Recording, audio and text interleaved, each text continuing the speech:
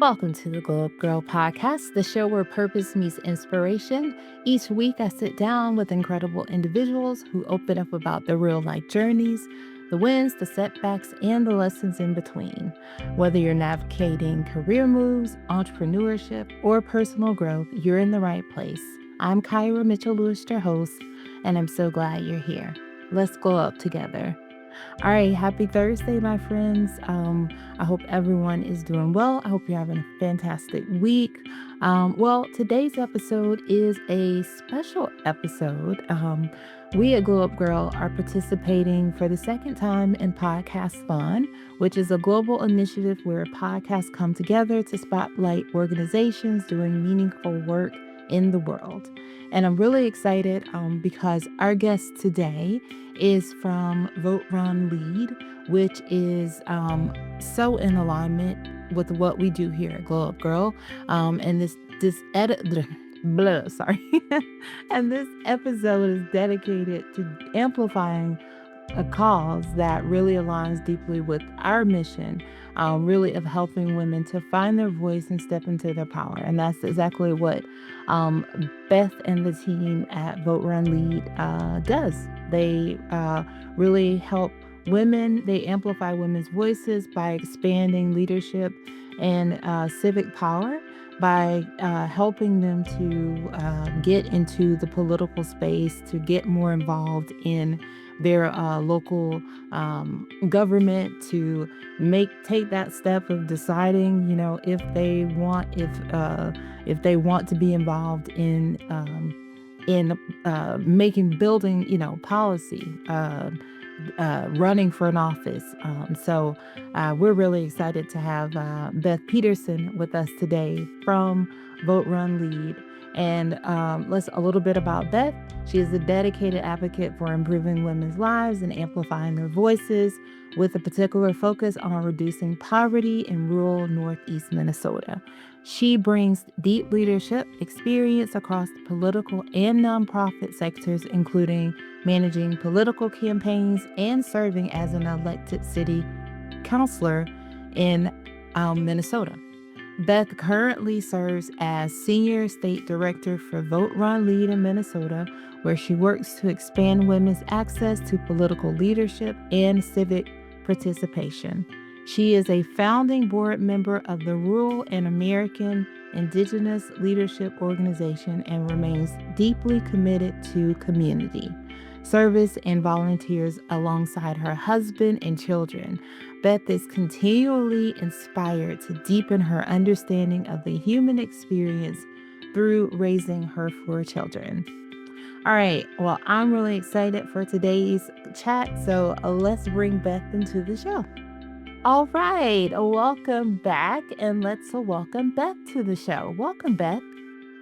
Thank you. Welcome. Awesome. Well, thank you so much for being here.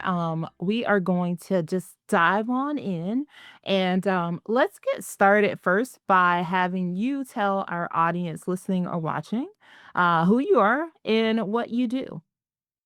Yeah, so I'm Beth Peterson. I'm the Senior State Director for Minnesota Vote Run Lead and Vote Run Lead Action, our sister organization. And so I help women and gender expansive individuals run for office. And I've been doing that since 2021. And I ran myself as well. Yes, awesome. So let's talk about, how did you get involved? What was the first thing that drew you into public service and political leadership?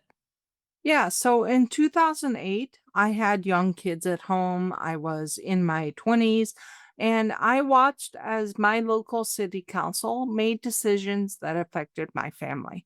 And yet, none of them looked like me or had experiences that I had. They didn't have kids, they could not relate. So, local policies were not always created with my perspectives or needs in mind. I remember being very frustrated, thinking that if they only knew what it was like to have my experiences or to live my life, they may make different decisions. So I decided to run and I won and locally. And now I work every day to elect more individuals with lived experiences, various experiences, to bring those ideas to the decision making table. And often those ideas aren't heard. Mhm. I love that, Beth, because I think it's so important. So many times people just think that it's about the larger elections, it's the national, but like it's the local. It's in your city where you have the opportunity to make a difference. And I love that you walk through that because you're right. Like you said, it's they didn't have your lived experiences, they didn't look like you, and I think that's so important, especially for women, because most of the people who are making decisions for us, even at the local level, oftentimes don't look like us and do not have the same experiences and can't quite understand, even when they're told, like, they don't get it. So, thank you so much for that, for your story. Let's talk about now you've worked across campaigns, you've been elected and been in office, and also a lot in nonprofit leadership. What have you learned about the barriers that women face when they decide to step into these leadership roles? Yeah, so a lot of our work centers on confidence, not because women lack it, but because these systems really were designed to keep us out. So when we have been excluded from power for generations, it's easy to internalize the idea that really leadership isn't for us. So at Vote Run Lead, we see incredibly capable people who often need to be asked multiple times before they say yes, even though they've already been leading in their communities. They may be the president of the PTA, they may have led in their church. And so really they need to be asked and see themselves there. We also are seeing a real rise in political violence, and women, especially, black and brown women, LGBT leaders, are disproportionately impacted. So, I mentioned earlier, I'm in Minnesota, and we've already suffered immeasurable loss with the killing of Representative Melissa Hortman. Now we see the ICE surge and the killings with ICE.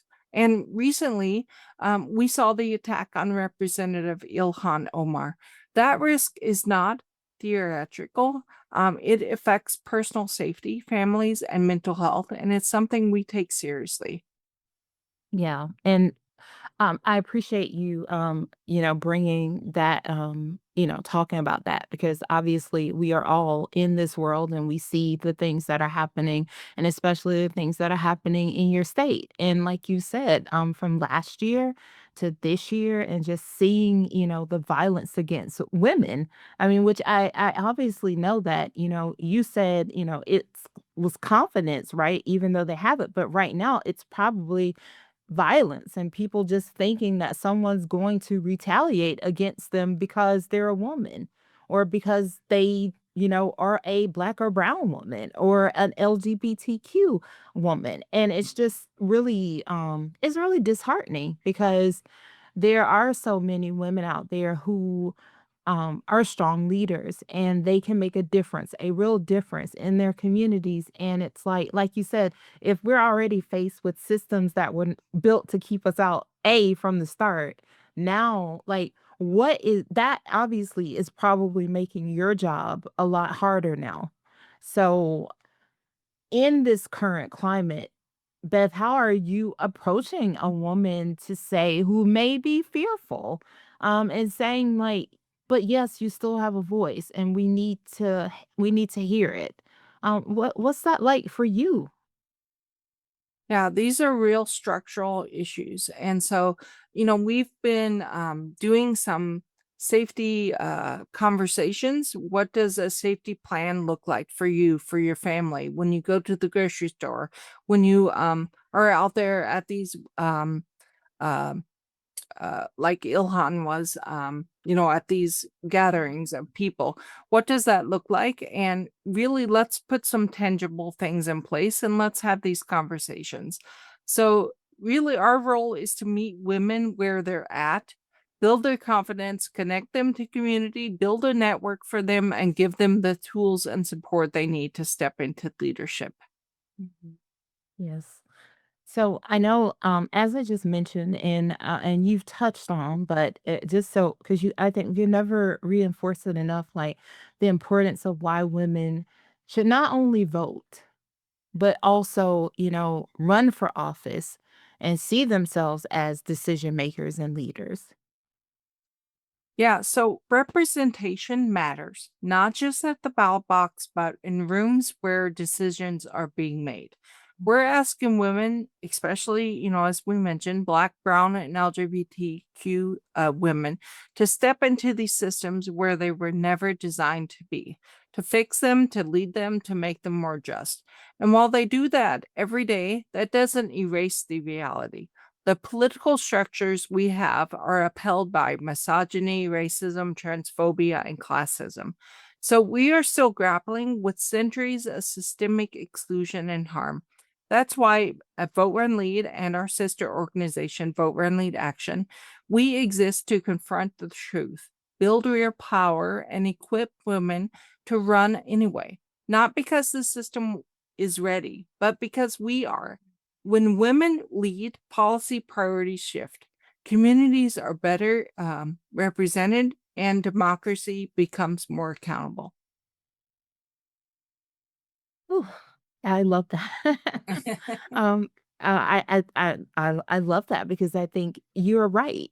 And we see it every day. I mean, I know we're talking about political space, but even when you think about like if for some people listening, to bring it even closer to you, you think about like you and your everyday job and the roles in which you are in. And we see oftentimes that when women are leading, things get done. Yeah. Things get done, things change happens. There's community, there's representation, there's inclusion. People feel seen and people feel heard more often. And I think that that's so if that brings you a little bit closer to understanding why it's so important for women to step into these spaces and step into these roles. And I have to, like I said, I can't commend you all enough on the work that you're doing at such a difficult time, for women in the United States and women who may be considering taking these steps into to civics and making a run. So just that's just very commendable. Everything because I feel like you all are just putting it out there on the table, right? Like the systems that are in place, the barriers and what people will be up against. And I feel like as long as a woman comes to the table and she has all the facts, right, then of course, like she can do it. She can kick that door down and walk through it. That's right. And we this is our reality that we live in, and I think you hit the nail on the head. Being honest and open about this is reality, but we need to be there and we need to have these decision makers understand our reality and what life in our communities really look like and Mhm. bring that conversation to the table.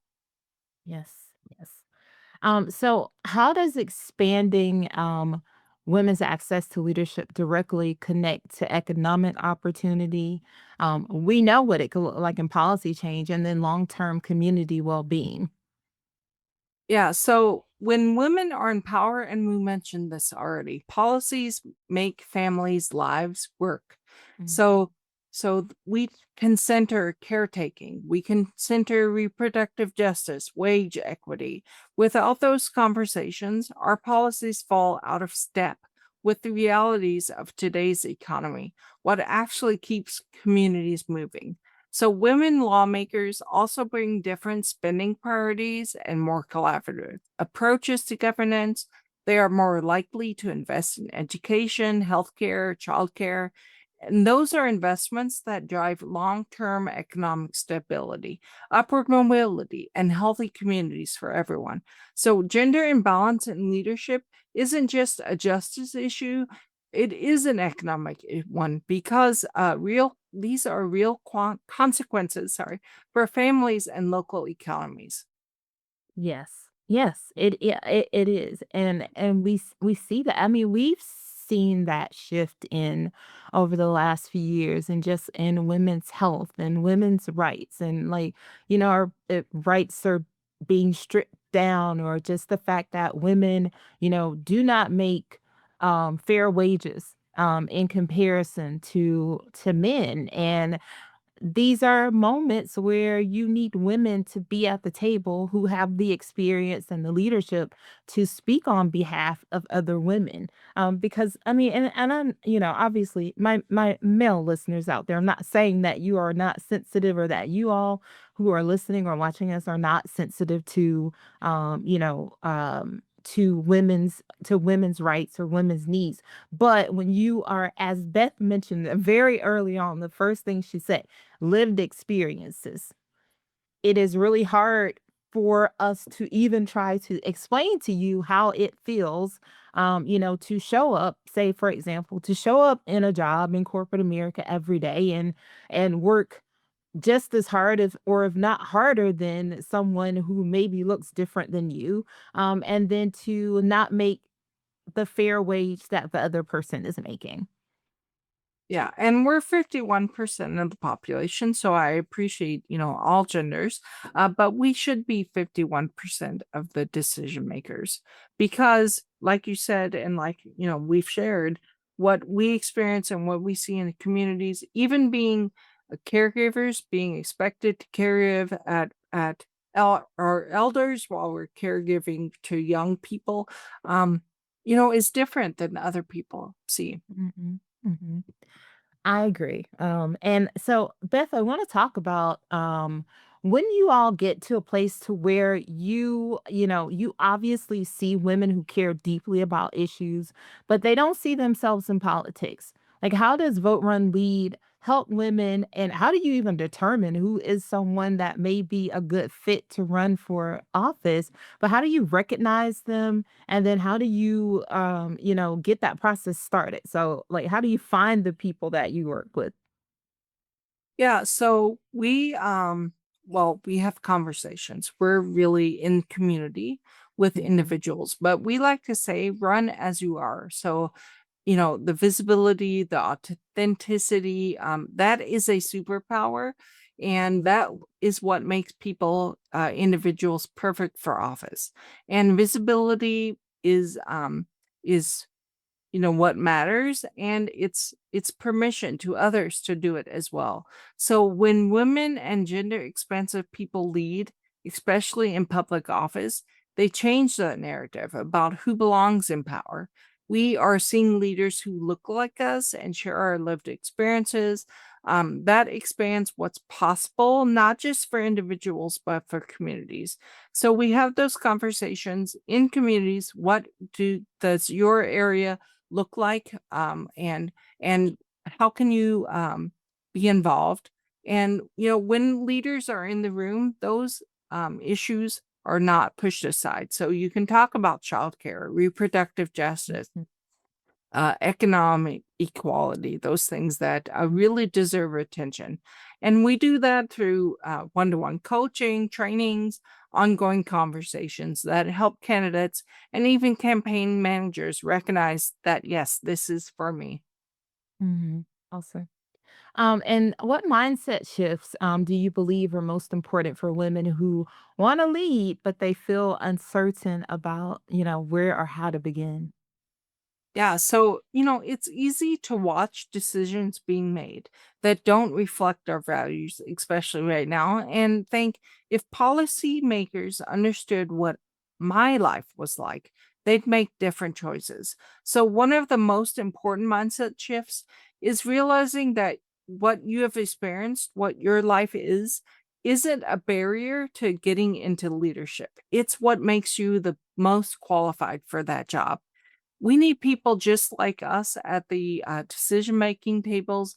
We need people rooted in their communities with real insights into what works and what doesn't. And then another critical shift is moving from thinking, I'm not ready, to thinking, I don't have to do this alone. There are people who believe in your vision and will help you get there. And you are enough. You belong in this work, and you are exactly who we need there. Hmm. Yes. Whew. As we mentioned earlier, this episode is a part of Podcasthon, which is a global initiative, where podcasts are coming together to spotlight nonprofits who are doing really impactful work. So, Beth, what does it mean to have your organization be a part of this movement that will help women, globally hear about the work that you do, but it might influence someone to step into leadership and civic life? Yeah, so, I love that women trust me every day to hear their stories. And those are stories that come from so many places. They can be women fleeing war-torn countries. They can be women shaped by the boarding school environment, generational poverty, Black farmers who faced systemic barriers. Um, we've really um, I've spent decades working within poverty programs, and over time, I realized I could do more and we can do more. We can help women shape those policies that truly work for families, our households, our communities. And that realization has helped me shift my work and hopefully uh, I think this podcast nation could help people see the broader work that we can do together. Mhm. Yeah, I agree. Awesome. So, Beth, you talked a little bit earlier about some of the coaching and the programs that you have. If anybody's out there listening and they're wanting to get involved, or they're wanting to have a conversation about how they might enter into civics, what can they do and how can they get in contact with you? Yeah, so I would say start by supporting women and gender expansive candidates in your communities. So volunteer, donate, talk about the campaigns everywhere you go. When you're waiting at a light to cross the street, at the grocery store, at the laundromat, talk about them. But to connect with us, our organization, and get involved with us directly, go to voterunlead.org or to explore about our trainings, or you can go to vrlhq.org to learn more about how you as an individual can run. Awesome.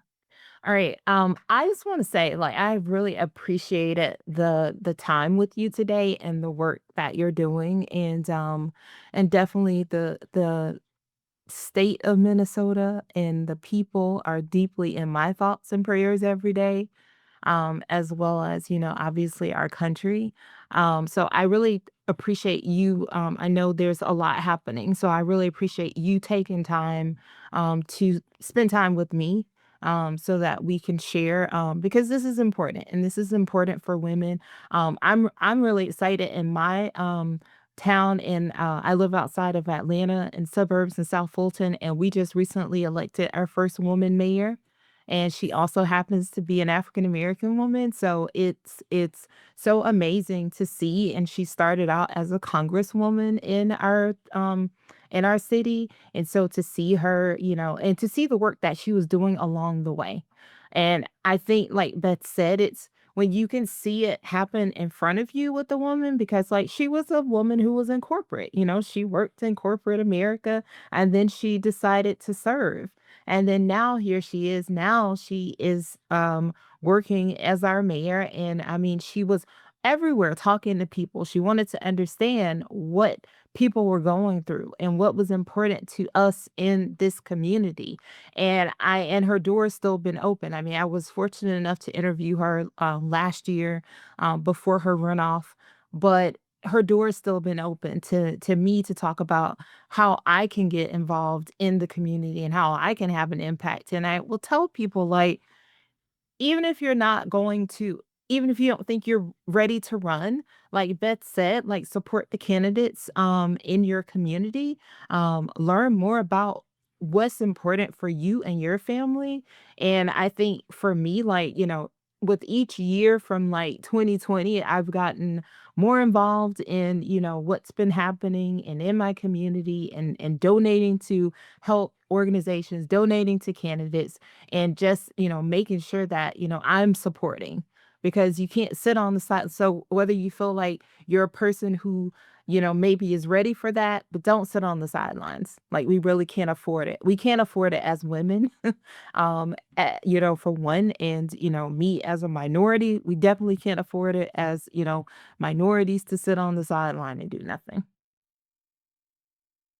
Was so powerful. I also say once you get involved, donating or volunteering, you may see yourself as a candidate in the future because you have those conversations.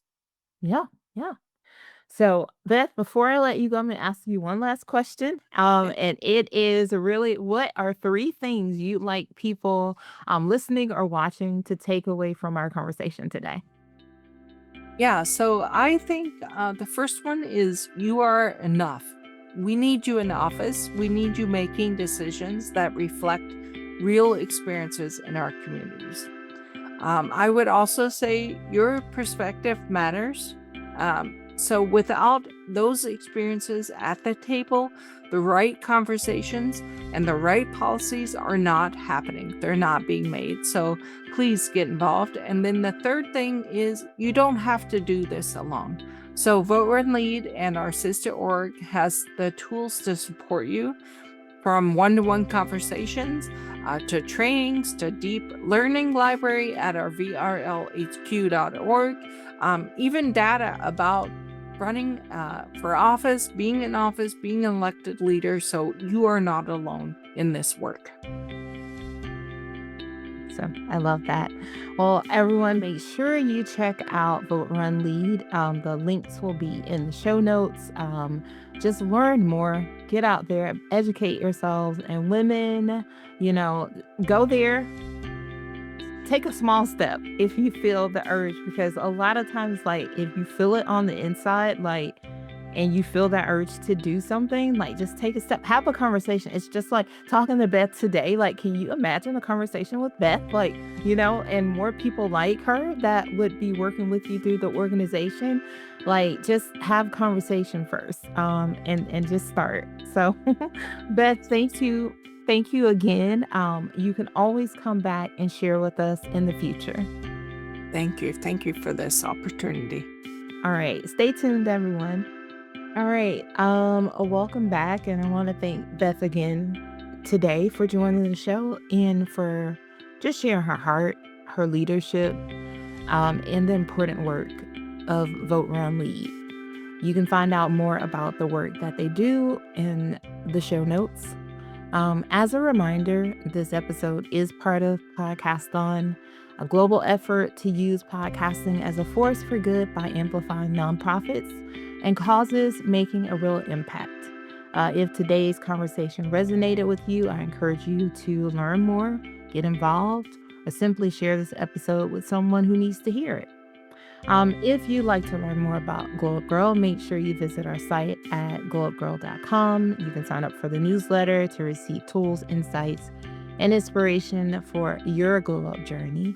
Also, make sure you've subscribed to our YouTube channel. We are at Glow Up Gyrl. And wherever you're listening, don't forget to rate, review, and share. Truly helps more women and people find the show. And if you're sharing anything of ours on social, make sure you tag us so we can also amplify that. And thank you. All right. I want to say thank you again for taking part of your day and spending it with me. And also a big thank you again to Beth from Vote Run Lead, and also the Podcasthon for having Glow Up Gyrl back for the second year in a row as a part of this global event. So I will see you all again next week. Until then, stay focused, fab, and glow up. Take care, everyone.